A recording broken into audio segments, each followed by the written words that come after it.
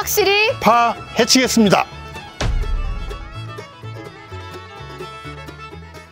안녕하세요. 메디치 미디어 시청자 여러분. 7월 29일 시사 너구리 시작하겠습니다. 예, 오늘부터 시작하는 시사 너구리 진행자 썬굴입니다. 저랑 같이 하실 메구리님 나오셨습니다. 안녕하세요. 안녕하세요. 오늘부터 제가 메구리가 됐습니다. 네. 예, 도대체 이 사람들이 어디까지 가려고 그러나 지금 그럴 것 같은데 매주 월요일, 화요일 이틀 저희가 시사 너구리로 여러분 오전에 30분 정도 뵐 거고요. 저희 총선 때 김문호가 될 뻔하신 우리의 김현용 대표님을 무언가를 파는 역할을 드렸습니다. 좋은 이야기 많이 해주실 거로 믿겠습니다. 자, 일단 우리 대표님, 예. 메구리님, 대표님 제가 막 섞어서 부를 것 같은데 예. 오늘 아침 뉴스 좀 뭐가 눈에 들어오세요? 예, 오늘 정치권 뉴스로는 이제 이진숙 방송통신위원장 내정자 후보자 이제 결국 공영방송과 MBC를 둘러싼 그 치열한 공방전이죠. 근데 이제 법인카드 얘기가 재밌어가지고 좀 한 토막 드리고 싶고. 또 Q10, 그러니까 티몬과 위메프의 이건 웃을 일이 아니에요. 예, 거래처 미정산 이슈 이런 것들이 눈에 보입니다. 버카 뭘 볼까요? 이번에 이제 이진숙 그 후보자가 빵순이라는 별명을 얻었잖아요. 네. 뭐 퇴임하는 날 뭐 빵을 280개 단팥빵으로만 뭐 이렇게 결제를 했는데 과연 그 빵은 어디로 갔을까? 뭐 이런 건데 이제 그게 문제가 되면서. 네. 그 이진숙 후보자가 그 빵을 사고 뭐 이렇게 그 성심당 뭐 다 아시겠죠. 대전에서 가장 큰 빵집이니까 성심당을 이제 법인카드로 이용해서 쓴 사용 내역을 처음에 공개하겠다고 했어요. 네네. 그러다가 며칠 지나서 이제 아니 이거 개인정보라 공개할 수 없다 이렇게 했는데 이게 참 웃기는 얘기죠. 법인카드로 뭔 물건이나 서비스를 사고 쌓인 마일리지는 개인 게 아닙니다. 버카를 썼으니까 법인 거지요? 예. 그래서 예컨대 아마 제 기억에 이미 십몇 년 전에 독일에서는 어느 장관이 뭐 해외 출장 많이 다니는데 항공사 마일리지 쌓인 걸 가지고 여름에 그리스를 놀러 갔어요. 개인적으로 휴가를. 이거 가지고 잘렸어요. 그렇죠. 그 시청자분들도 아마 가끔 그런 기사 보셨을 것 같은데 얼마 전에도 나왔어요. 그 공무원들이 정부 부처가 쓴 마일리지가 그냥 사라져 버린다. 어디라도 기부해라. 막 이런 기사가 나왔는데 그게 사라지는 이유가 그것 때문인 거잖아요. 그러니까 개인이 사용할 수 없어서. 공무원들이 이제 대한항공을 이용하잖아요. 그래서 마일리지가 쌓이는데 우리나라도 이미 그걸 개인적으로 사용할 수가 없습니다. 그쵸. 문제는 마일리지 시청자 여러분도 아시겠지만 마일리지로 항공권을 끊으려면 일찌감치 끊어야 하잖아요. 사실상 사용이 불가해요. 그래서 이거는 항공사하고 정부하고 협상을 해서 뭔가 좀 길을 터줘야 되는데 지금 이게 쌓여만 가고 실질적으로는 일반 항공권보다 훨씬 일찍 예약해야 되고 뭐 이래야 되니까 마일리지가 이제 자꾸 시간이 지나가면서 사장되는 요 현상은 있습니다만 어쨌든 중요한 거는 법인카드로 쌓인 마일리지는 개인 게 아니다. 근데 이진숙 후보자는 개인정보다. 이렇게 우기고 있는 거죠. 사실 이것도 엄격히 보면은 정말 웃을 일 아닙니다. 법인카드 쓰는 공직자 여러분은 좀 신경 쓰셔야 됩니다. 알겠습니다. 티몬은 좀 심각해요. 티몬은 아까 속보로 구영배 대표가 구영배라는 사람이 이번에 이제 유명해졌는데 자기들이 최종적으로 결제해줘야 될 게 뭐 500억 정도다라고 얘기를 했는데 저는 그렇게 안 봅니다. 그 경제기업평론가는 김수헌 씨라고 있는데요. 이분이 이제 페이스북에 쓴 글을 보면 일각에서 얘기하는 것처럼 1조까지는 안 가지만 수천억 대가 될 것이다라고 하면서 나름대로 자기 근거를 제시했는데 그 얘기를 뭐 길게 할 수는 없고 어쨌든 이거는 빙산이 점점 나타나는 현상의 첫 걸음이다. 저는 이렇게 봅니다. 근데 문제는 이게 여행사라든지 식당이라든지 이런 많은 그 뭐 호텔이라든지 뭐 여관이라든지 걸려 있는데 이게 경제는 작은 구멍에서 빵꾸가 나가지고 무너지거든요. 왜 재작년인가 그 강원도지사 김진태 씨가 그 강원랜드 부채 뭐 안 갚아주겠다 이런 식으로 해가지고 채권 시장에 완전 공황이 왔잖아요. 네네. 저는 그 가능성이 있고 정부가 정신 똑바로 차려야 된다고 생각합니다. 이게 벤처 IT 업계가 사실은 일반인들에게 굉장히 이렇게 영향을 미치는 요새 예. 그런 아이템이 너무 많아서 간단치 않습니다. 예. 자, 오늘 주요하게 뜬 이슈 좀 살펴봤고요. 본격적으로 좀 다룰 이야기 저희가 썸네일 제목을 좀 뽑았습니다. 상승세를 타고 있는 국힘 지지율. 한동훈 효과 때문인가? 예. 아니면 열렬한 국민들의 지지를 받고 있는 것인가? 자, 이게 지금 민주당하고 지지율이 거의 10% 이상, 11% 나갔다고 하는데 왜 그럴까 좀 이야기를 풀어보겠습니다. 지표를 좀 일단 한번 내구리님께 설명을 좀 해주시죠. 지금 현재 7월 말 이제 민주당은 27%, 국민의힘은 35% 이렇게 해서 거의 한 8% 정도 차이가 나고 있죠. 근데 이제 여기다 조국혁신당 9%를 넣어놓으면 이제 비슷비슷해지죠. 35대 36 이렇게 되는데 이 갤럽 조사를 가지고 얘기하면 올 1월 말, 그러니까 국민의힘이 한창 좀 잘 나갈 때 총선에서 이길 수도 있다. 그래서 우리도 왜 최병천 출연자가 뭐 걱정이다라고 해가지고 또 욕 바가지고 먹거든. 그 시절 때로 돌아갔다고 할 수 있습니다. 그때 이제 지지율이 민주당 35, 국민의힘 36. 그때 이제 조국혁신당은 없었고요. 그리고 이제 국민 유권자의 한 3분의 1보다 조금 1, 2% 많은 선에서 양당이 대치하고 있고 나머지는 뭐 군소정당을 지지하거나 지지정당 없음 뭐 이런 형국으로 다시 좀 돌아간 것 같습니다. 왜 이런 현상이 지금 벌어진다고 보시나요? 첫째는 윤석열 대통령은 마음에 안 드는데 보수정당, 내정당 요거는 좀 이번 전당대회를 치르면서 뭐 치고받고 하고 했지만 좀 다시 소속감을 느끼는 사람들이 좀 나타난 게 아니냐. 다시 얘기하면 윤석열 지지율과 국민의힘 지지율의 뚜렷한 분리 현상. 이건 진짜 국힘에 대한 지지율이다. 그렇죠. 그러니까 윤석열 대통령에 대해서는 이미 포기. 뭐 예전에 저희 학교 다닐 때 그런 말이 있었습니다. 조폭카, 조물주도 포기한 카드. 자관 윤석열 대통령에 대해서는 포기를 했지만 그래도 또 민주당이나 이쪽 빨갱이들한테 넘어가는 꼴은 못 보겠다라는 사람들이 전당대회를 계기로 해서 좀 뭉친 게 아니냐. 한동훈 효과라고 보기는 좀 그렇고요. 그러니까 꼭 아니다라고도 할 수도 없고 다만 윤석열과는 별도로 보수정당에 조금 이렇게 응집력이 생기고 있다. 뭐 그런 정도 얘기할 수 있을 것 같습니다. 근데 대한민국 보수가 이렇게 튼튼해요? 견고해요? 그거는 이제 최근 여론조사의 두 번째 포인트하고 연결지어서 할 수 있을 것 같은데요. 그러니까 보수정당 지지자와 성향상 보수라고 답변하는 사람 좀 다르거든요. 저는 최근에 여론조사를 보면서 그 성향상 보수인 사람들, 그러니까 이 밭도 상당히 좀 크다, 생각보다. 무슨 얘기냐면, 한국 사람들은 사실 그 정치 교육을 많이 안 받았잖아요. 그럼에도 불구하고 나는 보수다, 나는 진보다는 그 소속감, 귀속감 같은 게 있거든요. 그런 귀속감을 가진 사람들을 놓고 볼 때 나는 보수다라는 사람들이 여전히 상당히 큰 땅을 차지하고 있습니다. 그러니까 박근혜 탄핵 국면에서만 이게 자료를 잠깐 볼까요? 박근혜 탄핵 국면에서만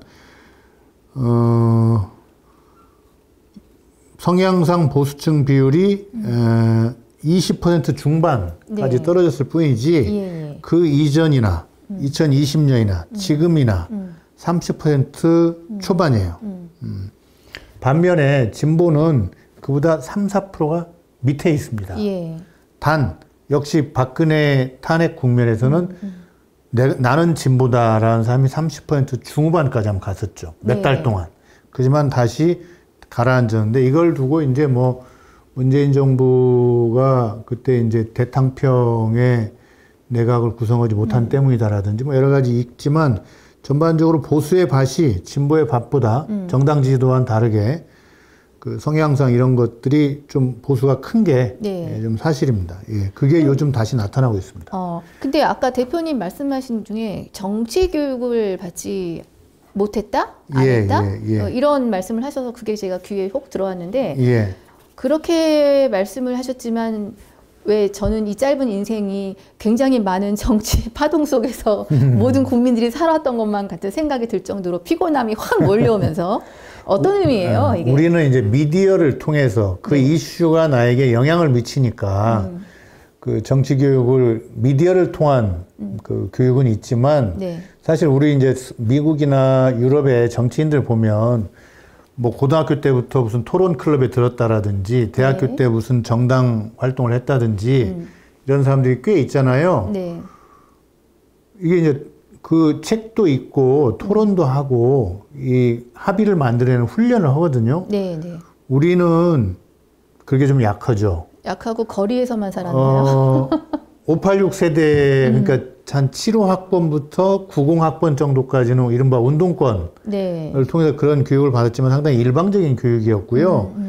기본적으로 그 이런 얘기를 하더라고. 그 우리 메디치 미디어에서 책도 많이 내신 전성은 전 거창고등학교 교장 선생님, 이분이 말씀하시기를 유럽에서는 고등학교만 졸업해도 저 정당이 내거는 저 정책은 어떤 내용이다. 이를테면 요즘 같으면 세금, 뭐 감세다, 증세다. 어떤 정치다 본질을 알고 저 정당은 어떤 사람들을 위한 정당이다.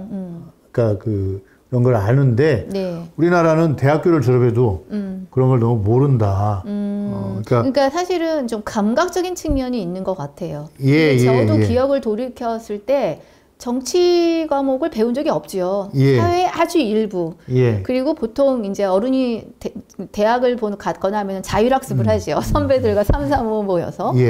안 배웠습니다. 정확하게 말하면. 그렇다면은 그러니까 우리의 현재 대한민국 국민이 스스로 말하는 내지는 우리가 보는 시민의 정치적인 보수, 진보 이런 것들은 모두 다 어떤 개별적인 이론적 근거가 아닌 감각에 의한 거다. 그러니까 댓글에도 국힘이 보수가 맞나요? 의문이네요. 라는 댓글이 있던데 사실 이념적 가치로 놓고 보면 국힘 보수 아니에요. 저보고 솔직히 얘기하면 이게 수구예요. 그러니까 민주당이 진보냐, 보수라고 생각하는 사람들 꽤 있죠. 아무리 잘 봐줘도 그 중도 진보 정도의 그 이제 기준을 어디다 두냐지만 그런 거고 기본적으로 우리나라 사람들은 감각적으로 나는 진보다 나는 보수다라고 생각하는 거지 가치 체계나 사고 체계를 채택하는 건 좀 아니다 이런 생각이 있고요. 이런 부분은 좀 앞으로 우리가 강화돼야 될 부분이다. 이번에도 민주당 그 최고위원 경선에서 김민석 후보가 우리 당원들을 대상으로 해서 뭐 여러 가지 공부를 같이 하자는 취지의 발언을 하던데 뭐 민주당에서도 후속 조치가 있지 않나 싶습니다. 근데 그렇게 보면 한국 보수도 진보도 무언가 개인이 전부 다 그 무거운 이론적으로 무장돼 있는 사람들만이 꼭 정치를 이야기하고 그런 사람들이 일정 이상 돼야 그게 시민사회나 선진국이다? 뭐 이렇게까지 생각해야 되는 거예요? 우리가 이제 그 정권 교체를 여러 번 주고받으면서 민주주의를 아시아에서는 가장 잘한 나라인 건 분명한데요. 그 이념이나 사고 체계, 정당에 대한 어떤 정치 정서 이런 부분에 있어서는 교육이 조금 미흡한 점도 있고 또 한편 우리나라 사람들의 판단과 행동이 굉장히 실용적이에요. 실용적이다. 무슨 얘기냐면 이 부분 좀 설명드려도 될까요? 하십시오. 그 외에 2011년에 아큐파이드 월스트리트 시위가 있었어요. 그러니까 월스트리트를 점령하라. 그러니까 이제 그게 왜 나왔냐면 2008년, 2009년 세계 금융위기.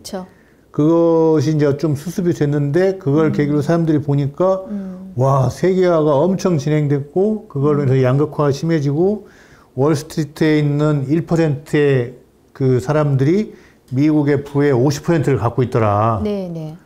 그래서 이제 이런 그 양극화, 부의 독점을 깨자. 그래서 이제 시위를 했거든요. 누구죠? 영화 감독 마이클 무어, 뭐 그다음에 요새도 칼럼 쓰는 폴 크루그먼 교수 이런 사람들이 호응했고, 그래서 10월 15일에는 전 세계 400개 도시에서 아큐파이드 월스트리트 시위가 있었어요. 한국에서 혹시 어땠는지 기억나세요? 2011년이면 제가 데스크 첫 해인데 기억이 안 납니다. 기억이 안 나실 거예요. 왜냐하면 그때 한국에서는 제 기억으로는 여의도에 한 20명 정도가 모여서 시위하고 끝났어요. 왜 그렇다고 생각하세요? 네. 한국 사람들은 네. 그렇게 무슨 시위해가지고 금융의 세계화라든지 이런 게 무너지지 않는다라는 걸 너무 잘 알고 있고 그 또 한편으로는 우리가 바로 그 양극화와 세계화는 좀 다른 거지만 세계화로 이루어지는 경제 구조 속에서 최고로 혜택을 많이 받고 있다. 네. 뭐든 만들어서 팔고 있잖아요. 그때 가면 지금은 이제 이 세계화가 좀 위축되고 있지만 그걸 너무 잘 알고 있기 때문에 그런 류의 그 선동 자극에 넘어가지 않아요. 그러니까 아까 제가 두 가지 말씀드렸잖아요. 실용적이면서 또 매우 현실적이다. 네, 네. 그런 걸 볼 수 있죠. 예. 알겠습니다. 확실히 파헤치겠습니다. 국힘의 이 지지율을 약간 역사적인 진보와 보수의 유권자의 마음의 맥락에서 지금 보셨어요. 예. 근데 고합 전에 당장은 그래도 한동훈 효과가 좀 먹힌 거 아닐까? 여의도와 용산을 분리시키는 이 보수층의 마음, 용산이 좀 개판을 쳐도 여의도만큼은 좀 잘해줬으면 좋겠어. 이런 마음. 한동훈 대표는 네. 제가 좀 외람되게 말씀을 드리면 이번 대선이 2026년에 있을지 27년에 있을지 모르지만 이 대선 국면에서 그 마라톤으로 치면 페이스메이커. 예. 그러니까 그러니까 끝까지 후보 등록까지 못 가는다고 봅니다. 네. 많은 보수 지지자들도 그렇게 생각할 거예요. 그렇지만 윤석열로부터 떨어져 나와서 또 다른 후보를 찾거나 시간을 버는 데 있어서 어느 정도 유용한 당대표다 이렇게 생각하는 것 같고요. 어쨌든 그 원희룡 의원하고 막 세게 치고받고 했지만 다 아는 얘기고 어떻게 보면 왜 그렇게 됐는지도 배후에 뭐 윤석열 용산이 있었으니까 그런 거 아는 상태에서 결과적으로 떨어져 나가기보다는 관심을 불러 모으고 적당한 정도의 위기의식을 만들어서 한동훈이라는 잠정적 관리인으로 모아놓는 효과 뭐 그런 정도라고 생각합니다. 예.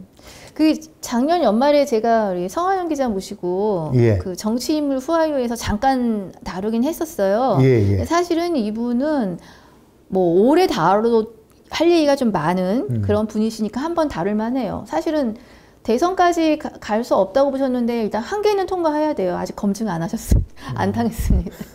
자, 그래서 요 한동훈이라는 키워드의 이슈는 나를 좀 잡아 다시 얘기하기로 하고 아침 저희가 시사너구리 기간을 30분 잡았기 때문에 민주당 얘기하지 않고 가면 또 서운해 할 것 같아요. 민주당은 지금 뭐 재미없는 전당대회인가요? 뭐 하고 있나요? 뭐 결과가 뻔하기 때문에 쳐다보지 않을 이런 전당대회를 왜 하냐 이런 거를 이제 보수 언론에서 지적질을 하고 있던데 저는 이번 전당대회는 사실 누구나 알다시피 당대표는 결정이 돼 있고 최고위원 경선 과정에서 크고 작은 변화를 좀 잘 읽으면 앞으로의 민주당을 이해하는 데 많이 도움이 될 거다. 근데 요 얘기보다는 이제 아까 그 썬구리님 물어보신 대로 이재명 대표에 관한 부분이면 이 대표의 확장성이 최근 여론조사를 보면 그 부족한 것도 사실입니다. 그 표가 나가고 있나요? 이재명 장내 정치 지도자 선호도에서 갤럽 조사에서 이재명 22%, 한동훈 19%. 근데 3%까지 쫓아왔어요. 한동훈이 많이 올라왔고 이재명 대표는 스테디하게 가는 것 같아요. 가는 것 같고 기록을 보면 2021년 그러니까 한 3년 6개월 전부터 지금까지를 쭉 놓고 보면 이재명 대표의 선호도 최고치는 27%. 그러니까 한 번 27% 찍었다가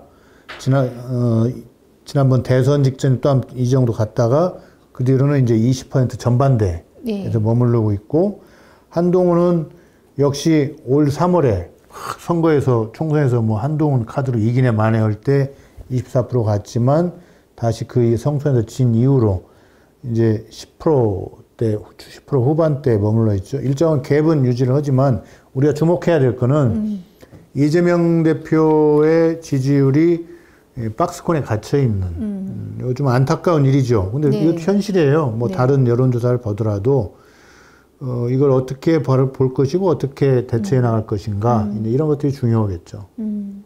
근데 이 97년 대선 때 그 김대중 대 후보의 예, 지지율도 사실은 조금 예.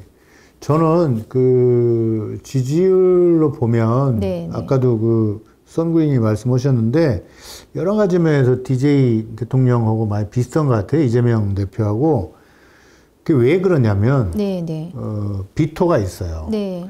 김대중 대통령은 당시에 그 뭐 빨갱이다 내지는 호남한테 정권을 줄 수 없다 이런 식으로 해서 범영남권 내지는 범보수권의 비토가 상당히 강했습니다. 그래서 뭐 그 대선이 있던 해의 각종 토론회 영상 같은 거 보더라도 굉장히 이건 대통령 후보한테 이렇게 물어볼 수 없는 험한 질문들에 많이 그 직면했고 무례라고까지 할 수 있는 일들이 그때도 많았습니다. 이 부분은 만일 이 방송 보시는 분들 중에 이재명 대표 지지자들 분들이 계시면 한번 영상 찾아보세요.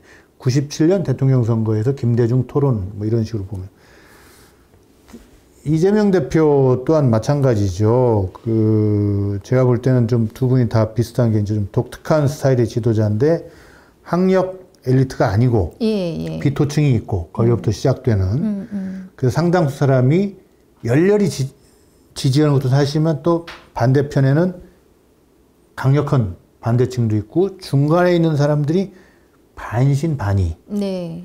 저 사람 뽑아도 될까라는 게 있고 더군다나 윤석열 검찰이 지금 4건이나 그 기소를 해가지고 재판이 4건이나 있지 않습니까? 이런 것들이 이제 중간에 있는 사람들이 저 사람 똑똑한 것 같은데 한번 지지해볼까 하는 마음을 딱 발목을 잡고 있죠. 네. DJ하고 그런 면에서 많이 비슷하고요. 그러니까 생각해보면, 자, 우리나라 대통령들이 뭐 이승만 대통령이나 이런 거 빼고 박정희부터 군인 하다가 이제 민주화 지도자가 YS부터 시작하죠. DJ부터 시작을 못하고 네. YS라는 중간 다리를 거쳐서 비토 세력도 있고 뭐 이런 좀 독특한 지도자 DJ로 연결되는 거죠. 그런 면에서 이재명 대표는 앞전에 노무현이라는 사람이 있었잖아요. 예. 역시 뭐 고졸의 변호사 뭐 좀 더 서민적이고 있기 때문에 저는 잘 극복할 걸로 보는데 아직까지 이런저런 보수 진영의 뭐 이런 공세라든지 뭐 내지는 뭐 검찰의 어떤 그런 기소 이런 걸로 해서 상당수 사람이 반신반의하고 있기 때문에 네. 그 확장성이 현재까지는 좀 부족하다. 그래서 요새 뭐 중도적인 실용적인 정책들을 좀 고민하는 게 아닌가 싶습니다. 알겠습니다. 자, 오늘 시사너굴에서는 일단 지지율만으로 보면은 이제 민주당을 확 제껴버린 국힘 그 배경과 이유를 조금 설명을 들었어요. 우리 저기 댓글에 코코빌로우스님 지지율 주작으로만 보지 마시고 오늘 메구리님의 설명을 한번 이렇게 복귀하시면서 정말 왜 그럴까? 저도 사실은 좀 궁금해요. 자, 국힘과 윤석열 대통령에 대한 지지율이 확실히 좀 갈렸다라는 분석도 저는 굉장히 와닿았습니다. 자, 근데 지금 오후 이제 오전 지나는 이슈를 봤더니요, 뭐 한동훈 체제의 국힘 이제 그 당의 내 의원들을 어떻게 구성할 거냐, 뭐 이런 부분도 정책위장 이런 얘기도 나오고 하는데 좀 어떻게 될 것 같으세요? 용산파와 한대표파가 싸우고 있는데요. 네. 정말 웃기는 주장이 이번에 나왔습니다. 네. 용산파에서 아니 정점식 그 정책위장 이게 이제 친윤 용산파죠. 이 사람 바꾸면 안 된다. 왜? 최고위원 회의에서 네. 의사결정 구조가 5대4로 네. 현재는 친윤이 많은데 이게 친한으로 바뀔 수가 있으니까. 네. 근데 말이 안 되죠. 세상에 살다 당직자도 임기가 있다는 얘기는 처음 들어봅니다. 우리나라 사실 그 가장 임기에 있어서 정치적 상황에 따라서 잘 바뀔 수 있는 게 어떻게 보면 변화를 수용할 수 있는 게 당직자 임기잖아요. 뭐 여야를 막론하고 당대표 얼마나 많이 바뀌고 최고위원 얼마나 많이 사표내고 그렇습니까? 네. 근데 그 당대표가 임명하는 선출직도 아니고 임명직인 정치기 의장도 1년 임기가 있기 때문에 임기를 채워야 된다는 웃기는 주장이 나왔는데 이거는 친한이 이길 거예요. 바뀔 겁니다. 예, 그렇게 해서 이제 최고위원회의의 의결 구조를 한동훈 대표한테 좀 더 유리하게 네. 만들어지겠죠. 예. 네. 알겠습니다. 시사너구리 당분간 월화 아침 10시부터 10시 30분까지 이야기를 할 건데요. 오늘 지나면서 내일 이슈가 조금 마땅치 않으면 우리 말 나온 김에 한동훈 대 윤석열, 윤석열 대 한동훈 이야기를 조금 맥락을 짚어서 왠지 재밌을 것 같은 생각이 저는 드는데. 그 얘기는요. 사실은 세익스피어 4대 희곡을 그러니까 비극을 다 합친 것보다 더 긴 얘기를 할 수 있고요. 그리스 로마 시대를 다 뭉치는 것보다도 더 많은 얘기를 할 수 있는 주제입니다. 그러니까 1인자와 2인자, 특히 2인자가 1인자를 극복하는 거. 그러니까 이 안에 맥베스, 세익스피어 비극 맥베스도 있고, 오이디푸스 콤플렉스도 있고, 뭐 중국의 정권 교체나 뭐 문화혁명, 뭐 모택동과 주울레 얘기도 있고, 여러 가지 전두환과 노태우 얘기도 있고 여러 가지 있는데 이거는 정말 일주일 내내 해도 좀 모자란데 제가 사실 생각할 때 지금 좀 한번 하고 싶은 얘기는 아까 잠깐 말씀드렸지만 민주당의 최고위원 경선 이게 지금 김민석 그 후보가 정봉주부를 제치고 지난 주말에 이제 최고위원 1위에 근접한. 근접한. 2등이. 아마 이번 주 호남 경선에서는 바뀌지 않을까 싶은데, 순위가. 최고 이야기도 한번 해요. 아니, 이게, 그러니까 아까도 말씀드렸다시피, 앞으로의 민주당을 관찰하는 몇 가지 포인트가 있어요. 이 얘기를 하고 싶은데, 윤한. 앞으로는 한윤이라고 부르게 될 겁니다. 그 얘기를 하지 않으면. 미래 권력을 앞에다 세우셨습니다. 그 얘기를 한번 해보죠. 이 얘기는, 인류의 영원한 이슈죠. 여자와 남자의 사랑과 미움, 뭐 부모와 자식의 절대적인 관계, 뭐 여러 가지처럼 2인자와 1인자의 관계는 영원한 이야기거리인데 특히 평소에 1인자와 2인자가 아니라 이제부터 2인자가 1인자를 밟고 나가는. 알겠습니다. 자, 그거 이제 내일, 오늘 다 푸시면 안 돼요. 내일 풀기로 하고, 저기 뭐 댓글에 김민석, 정봉주도 재밌는 구도다. 한번 최고위 관전평 한번 임박해서 하기로 하겠습니다. 국민들 정신건강이 조금 오늘 날도 덥고 비도 하는데 좀 조용하길 기원하면서 메구리 생각, 마무리 발언 한번 부탁드릴게요. 뭐 윤한은 뭐 천천히 두고두고 풀어먹을 수 있는 얘기고요. 이진숙 후보자 사례에서 보듯이 그 법인카드 쓰는 분들, 특히 공직자 여러분, 법인카드 쓸 때는 요즘 말로 후방주의 하셔야 될 것 같습니다. 누가 뒤에서 나를 다 쳐다보고 있다. 옛날 말로 하늘이 알고 땅이 알고 네가 알고 내가 알고.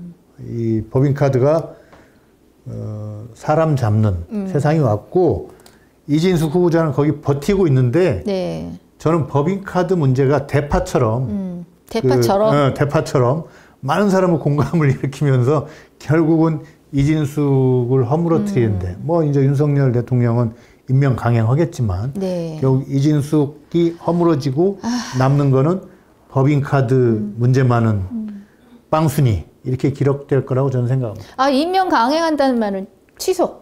그럴까요? 그 전에 그렇죠. 그 전에 뭐 임명을 철회할 수도 있지만 여태까지 우리 존경하고픈 요새 이제 법사위에서 존경하고픈 윤석열 대통령은 그런 걸 보여주지 않았죠. 그리고 지금 만약 이걸 철회를 하면 방송을 내놔야 되는 거예요. 공영방송을 MBC를. 참네.